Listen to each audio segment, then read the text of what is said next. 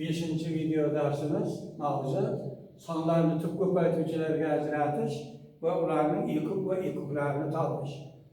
3-misol 400 va 520 sonlarni tub ko'paytuvchilarga ajrating va ularning ekub va ekublarini toping. Yechish 400 va 520 sonlarni tub ko'paytuvchilarga ajratib, ularni kanonik ko'rinishda ifodalaymiz va ekub va ekublarini quyidagicha topamiz. Mana 400'ü tub ko'paytuvchilarga ajratamiz. Tub ko'paytuvchilardan birinchisi 2'ga bo'lamiz. 400'ni 2'ga bo'lsak 200 tada. 200'ni 2'ga bo'lsak 100 tada. 100'ni 2'ga bo'lsak 50 tada. 50'ni 2'ga bo'lsak 25 tada. Endi 25 2'ga bo'linmaydi. 25 3'ga ham bo'linmaydi. 25 bo'linish alomatlariga ko'ra 5'ga bo'linadi. 25'ni 5'ga bo'lsak 5 tadan, 5'ni ham 5'ga bo'lsak 1 tadan.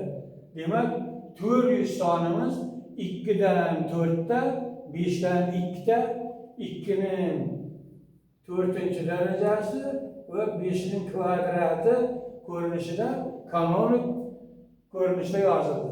Endi 520'ni 2'ga bo'lamiz. 200'ni 60 tada. 260'ni 2'ga bo'lamiz.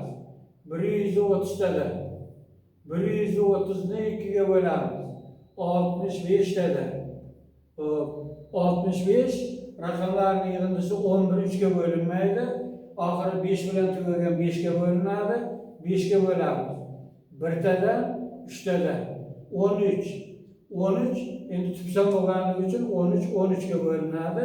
13'ni 13'ga bo'lsak 1 tada. Demak, 520 soni 2'dan 3'ta, 5'dan 1'ta, 13'dan 1'ta. 2'ning kubi, 5'ning bittasi va 13'ning bittasi. Kanonik ko'rinishda ifodalab oldik.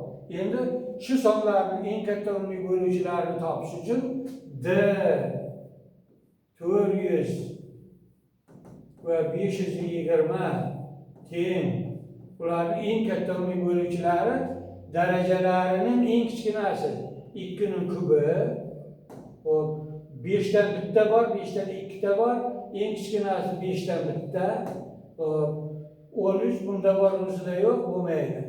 2'ning kubi 8, 8 kara 5 40, eng katta umumiy bo'luvchisi 40 ekan. Eng kichik umumiy karralisi 400 va 520 niki.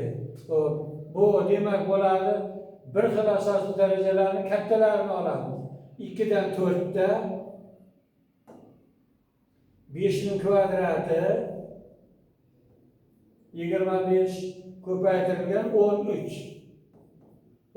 Demak, 16 ko'paytirilgan 25 ko'paytirilgan 13.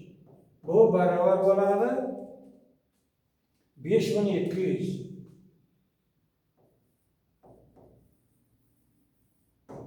Demak, 400 va 520 sonlarining eng katta umumiy bo'luvchisi 40 ekan.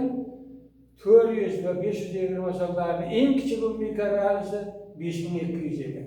Xuddi shu tartibda xohlagan bir juft yoki bir nechta sonlarning eng katta umumiy bo'luvchilari va eng kichik umumiy karralarini topish mumkin.